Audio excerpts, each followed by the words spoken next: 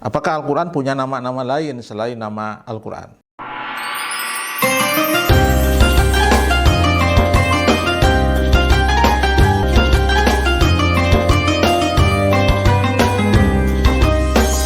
Assalamualaikum warahmatullahi wabarakatuh, sahabat Al-Quran yang dimuliakan Allah Subhanahu wa Ta'ala. Kali ini kita ingin membahas pertanyaan terkait dengan nama-nama Al-Quran.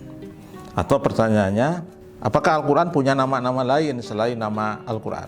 Pada sesi sebelumnya kita membahas uraian tentang siapa sebenarnya yang memberikan nama Al-Quran ya.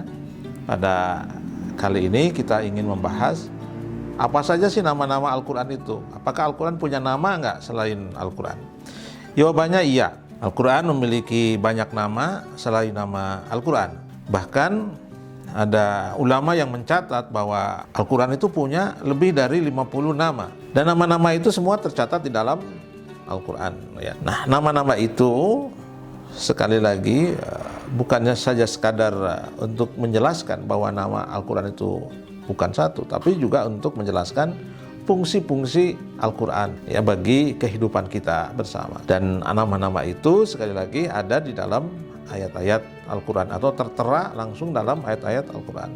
Misalnya nama Al-Quran, tentu kita tidak akan menyebutkan semuanya ya sebagian saja. Misalnya nama lain Al-Quran adalah Al-Mubin, dan biasanya nama mushaf itu ada tulisan Al-Quranul Mubin. Al-Mubin itu artinya yang menjelaskan. Karena memang fungsi Al-Quran itu adalah bayan atau menjelaskan segala sesuatu yang bermanfaat bagi kehidupan kita bersama ya. Karena Al-Quran sebagai petunjuk, sebagaimana petunjuk, pasti petunjuk itu mengarahkan kita kepada jalan yang benar ya. Al-Mubin.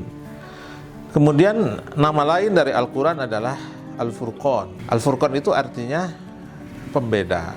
Karena memang Al-Quran punya fungsi Al-Fariq bainal haq wal batil, yang memisahkan antara yang hak dengan yang batil. Ini fungsi Al-Quran. Di dalam Al-Quran dijelaskan mana yang hak, mana yang batil. Karena isi dari Al-Quran itu memang merupakan uraian-uraian, nasihat-nasihat yang bisa menjelaskan kepada kita mana yang benar, mana yang keliru, mana yang salah, mana yang keliru, mana tindakan-tindakan yang dibenarkan, mana tindakan-tindakan yang keliru. Lalu kemudian nama Al-Quran lain adalah Az-Zikra. Az-Zikra itu artinya peringatan atau mengingat ya, sama seakar dengan kata Az-Zikr. Karena memang fungsi Al-Quran itu adalah memberikan peringatan pada kita.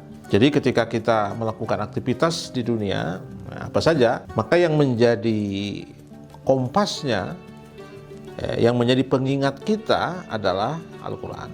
Nah, kita tahu bahwa Al-Quran itu menjelaskan hampir semua persoalan-persoalan pokok kehidupan. Nah, sehingga kenapa kita harus membaca, kenapa harus mengaji?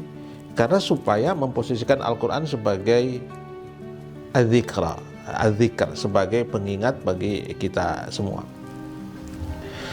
Lalu nama lain dari Al-Quran adalah Al-Mau'idhah. Al-Mau'idhah itu artinya ya nasihat. Karena semua ayat Al-Quran itu isinya nasihat ya.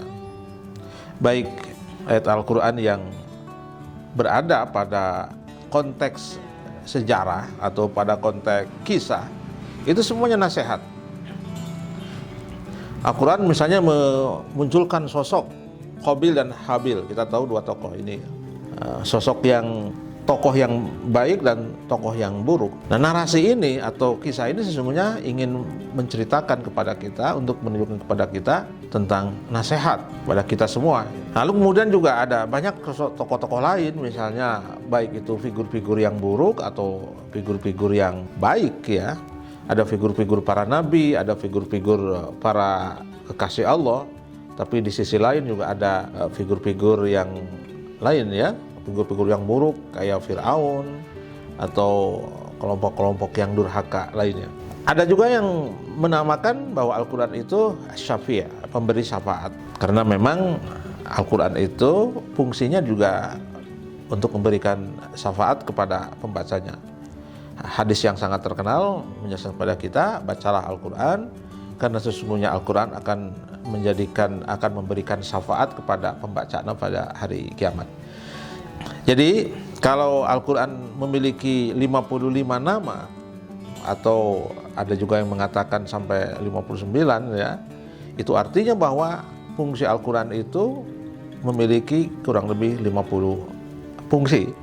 Dan kalau kita mau berinteraksi dengan Al-Quran secara baik, maka yang 50 fungsi itu kita implementasikan dalam kehidupan sehari-hari. Insya Allah Al-Quran akan memberikan syafaat kepada kita pada hari kiamat kelak. Mudah-mudahan manfaatnya. Assalamualaikum warahmatullahi wabarakatuh.